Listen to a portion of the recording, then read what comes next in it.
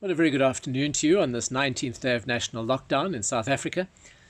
My name is Mark Long, rector of the parish of St Andrew in Newlands, Cape Town.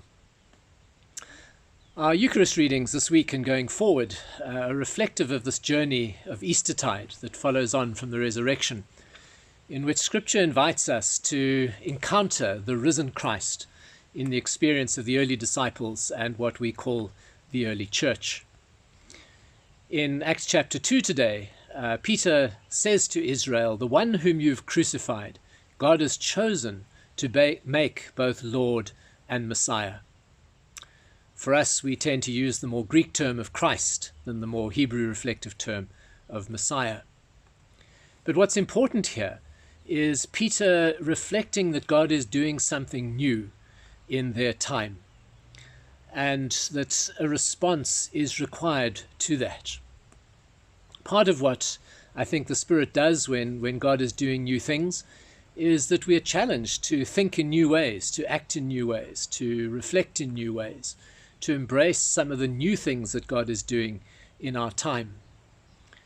It strikes me that actually the early church initially was largely a sort of heretical subsect of the more orthodox understanding of faith within Judaism.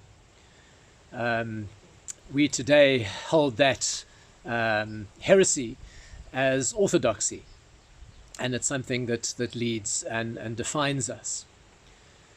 But the point I think I'm trying to make is that there are times when God does new things in our lives and in our world, and those new things challenge traditional and comfortable thinking. And we in a sense are pruned.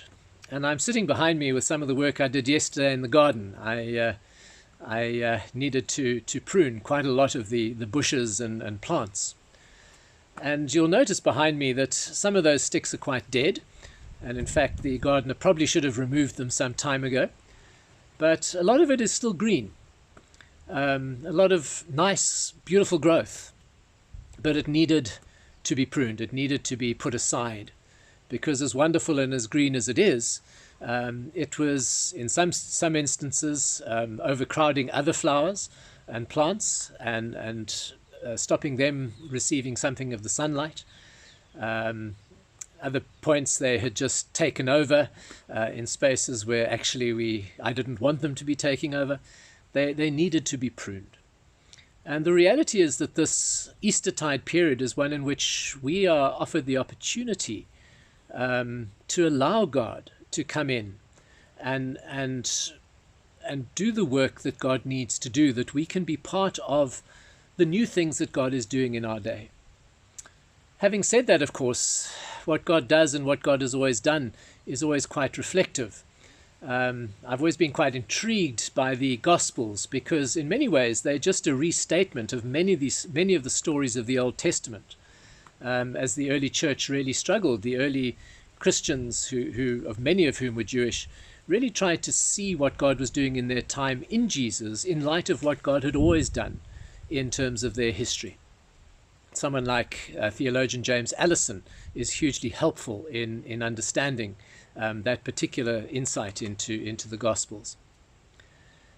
But my thought today is that we really need to be reflecting on what God is doing, and how will God move us. Acts gives us an insight into how God moved the early church. It did strike me during my meditation today that what the COVID-19 pandemic has done is it's got our backsides off our pews. It's put us back into our homes. The early church, although they worshipped in the temple, they spent a lot of time in terms of the Eucharist and eating and sharing together in their homes. And so an opportunity for us to reflect as we find ourselves locked down. What is God calling us to? And how can we adapt in terms of our insights, in terms of the way we have always liked to do things, in terms of what we are now doing? What perhaps is God calling us to beyond this time? And what new actions, what new attitudes will be required of us moving forward?